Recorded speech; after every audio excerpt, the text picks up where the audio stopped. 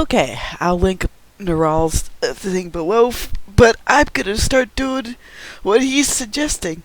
But with one caveat, when it comes to my channel, I'm gonna list the dead IP that I'm going to basically tag, and then I'll talk about its alternatives. Like, say, like if I was going to mention, okay, Star Wars, well, here's a book or a series that's an alternative that might not be as well known. So that way, possibly I can grab a few more eyeballs of people that are constantly on the boat about those guys. And yeah, he's right. We have to deprogram people from just automatically, complaining about X, Y, or Z franchise. Now, yes, I am human and I am Florida Woman of Wrath, so every once in a while, even my channel has a bit of, like, well, this shit sucks and here's why. But I do try to make some of those kind of complaints a little bit more constructive, but like in the future, and even on some of those types of videos already, I would link Mr. Richard's selections for superversive stuff. The thing is, like, I'm barely awake right now. Like, I need more coffee.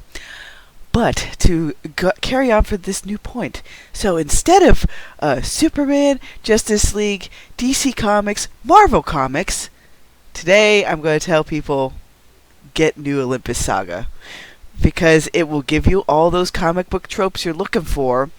It will give you aspirational heroes, it'll give you street level heroes, it'll give you alternate universes, it'll give you likable characters. It has very well built, setting and background. And CJ does an info dump. He just, kind of like what I want to do, where I just add in a little bit here and there, and he slowly builds up his whole setting. I do wish that he would make even more money off of this particular setting, but I understand that there's, certain trends just in terms of even indie side of the house that will get more eyeballs on you, mainly, the lit RPG aspect. And he still does make very likable characters even with that. Characters you want to root for and follow, which is a big aspect of what I'm looking for always in my books. It's like, why should I follow this person's journey if their first foot forward is that they're an asshole? And CJ, honestly, probably the closest thing I could think of that where the characters are very rough around the edges and, they have like a no-nonsense kind of attitude in some cases, or it's very, it's more high octane in tone, is probably his Warp Marine series.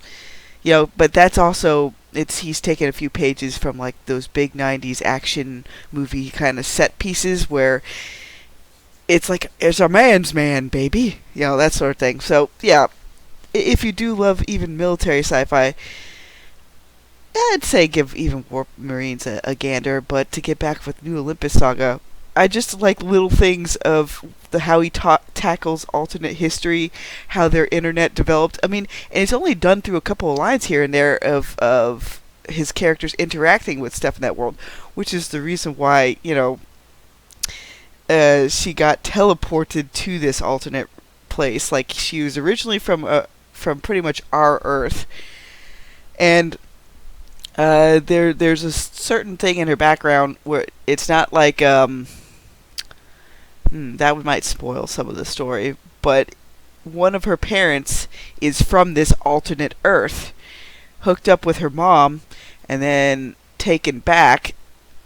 Eventually, he figures out ways to go, visit her ever so often, but it's more to showcase like the complete compare and contrast between the standard Earth that she came from, and then this new Earth filled with like different kinds of, like, oh wait, they zigged when we zagged, which I've always enjoyed about alternate Earth type of setups, even in with superhero stuff.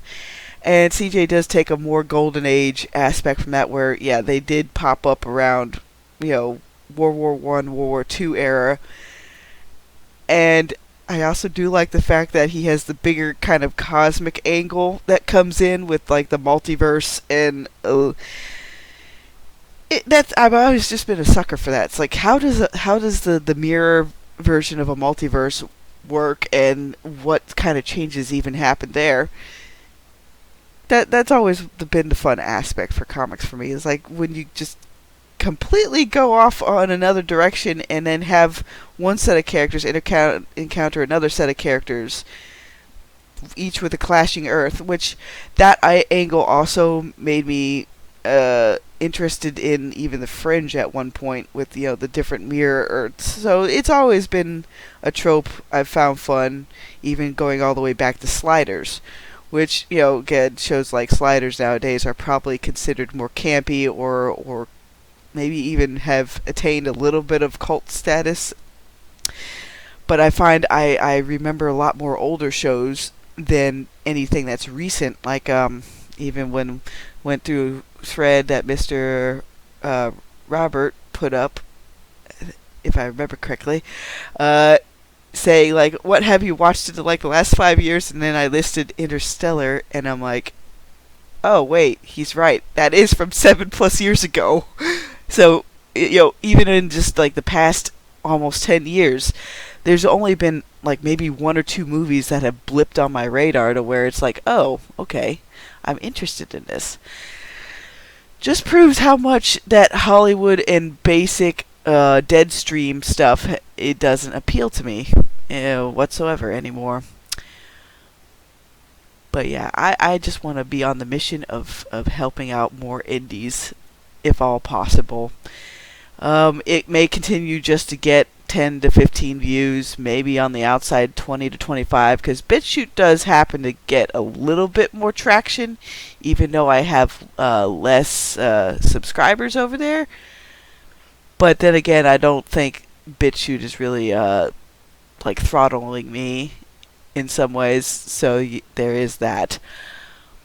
But yeah, if you're looking for an old school kind of superhero adventure, and CJ understands the need to reconstruct as well, I'd say give New Olympus Saga a shot. But I noticed based on the Autobots that more and more people are picking it up.